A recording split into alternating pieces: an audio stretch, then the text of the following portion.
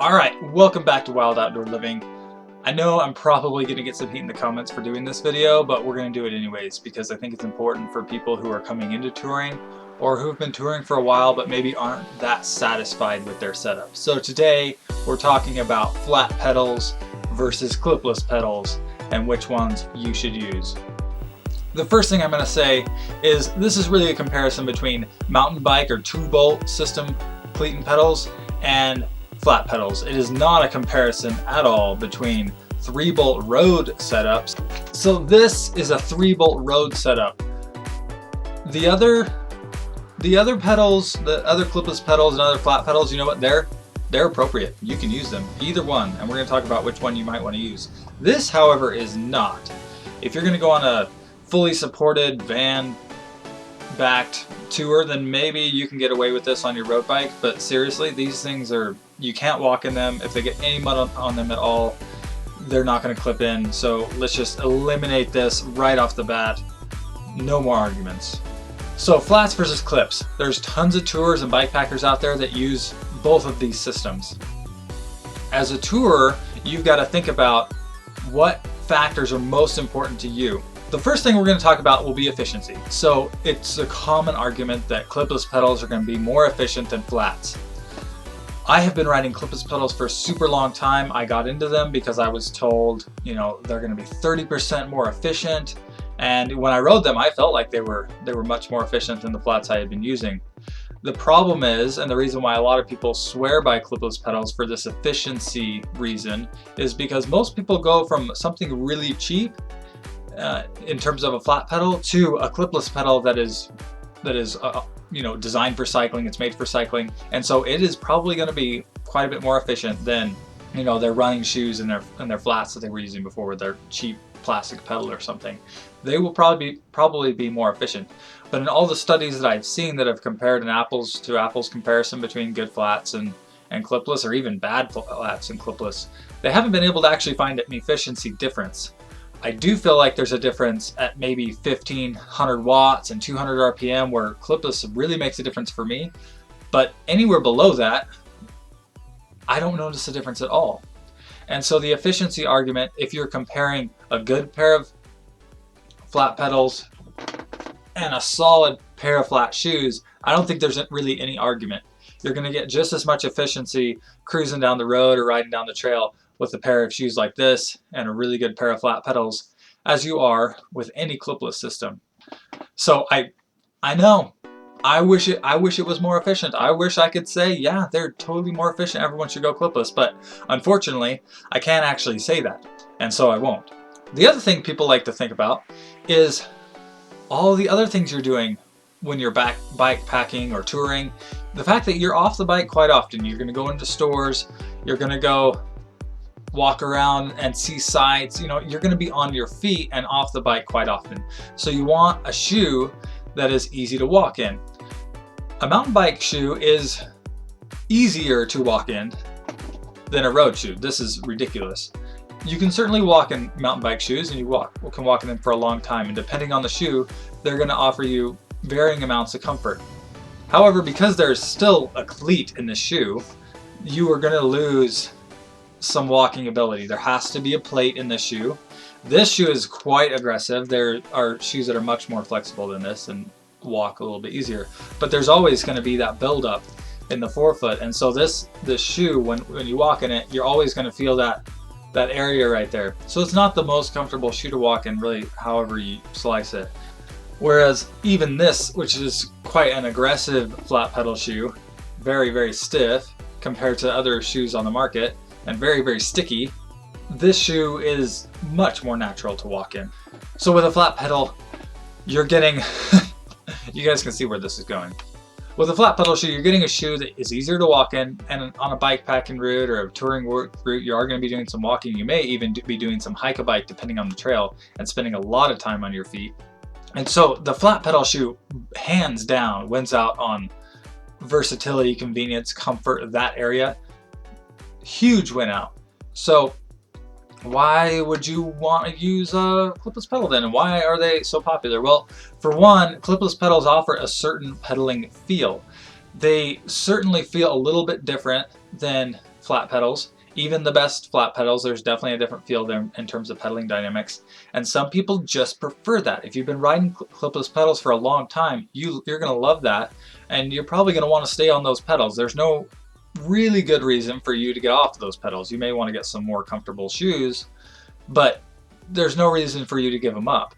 The other reason people argue for clipless pedals is because they offer them better control off-road. So this is something I really appreciated for a long time. Clipless pedals do offer a lot more control, a lot more safety on rocky and just rough routes, because there's less of a chance of your feet getting blown off the pedals and taking a spill as a result, or just being able to move the back of the bike around easier. The problem is, again, that often people are used to riding, they came from maybe a much cheaper flat pedal, and then they went to a clipless pedal, and of course they're going to see a huge difference. That's certainly what I saw. If, however, you're looking for a lot of control, you want all the comfort and convenience of a flat pedal shoe though, the fact is that a sticky flat pedal shoe like these 510s paired with an aggressive flat pedal, they stick to the pedals just about as well as clipless pedals do, in all honesty. In fact, some people do not like these shoes because they stick too hard. The next thing to keep in mind is usability and durability, and these kind of go hand in hand. So one place that clipless pedals really fall down is in mud and snow and other just adverse conditions. They do okay in dirt and dry conditions, but when things get wet, especially the lower end clipless pedals or the older Shimano's, which are very high quality pedals, they tend to fall down. They get packed up with mud, and then it becomes impossible to actually clip into the pedal.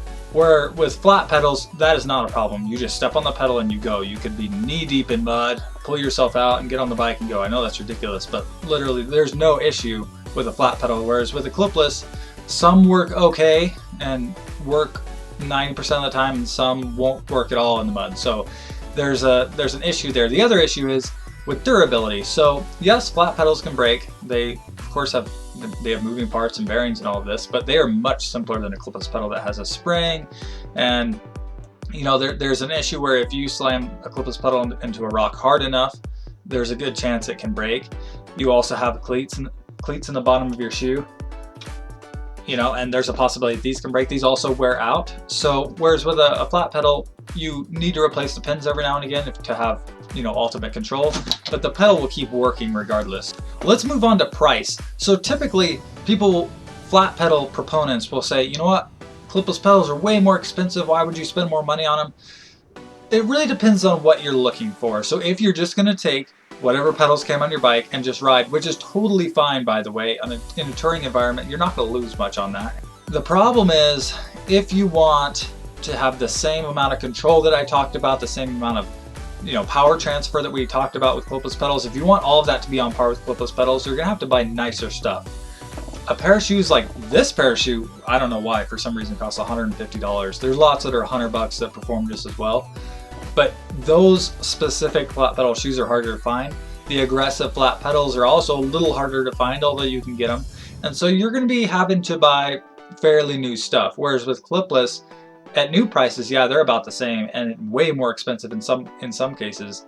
But you can go online, you can buy the older Shimano SPDs for 10 bucks, pick up an older pair of mountain bike shoes for about 10 or 20 bucks, and so you're set up there with 30 bucks and you've got increased you know, pedaling efficiency and increased control, all for a really modest price. So, you know, the pricing is kind of, if you want the ultimate control, you're going to end up spending less money, or you can end up spending less money with the clipless setup versus a good flat pedal setup. But as far as if you're just going to go with what you have, you probably have flats, and those are definitely going to be cheaper because you've got them. Now let's talk about safety. So everybody who rides clipless pedals has fallen over at least a few times when they were first starting out.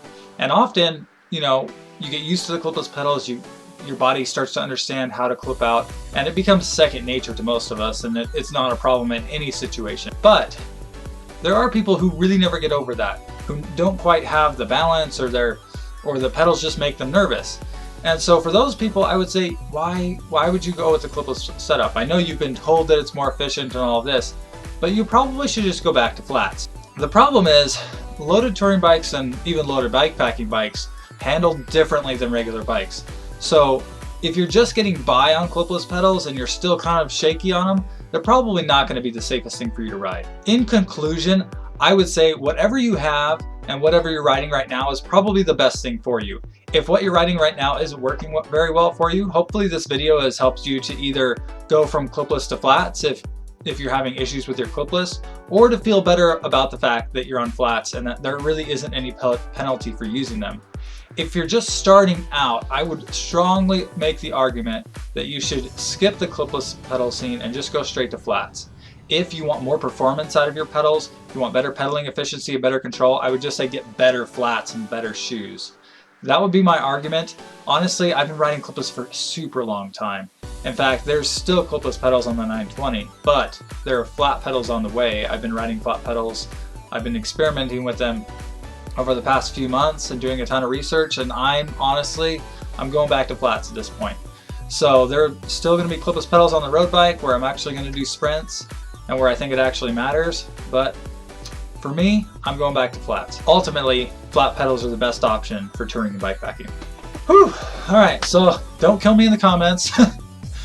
If you liked this video, give it a like. If you want to see more videos like this, please be sure to subscribe. We're actually going on a bikepacking trip this weekend, so stick around for that, and we'll catch you later.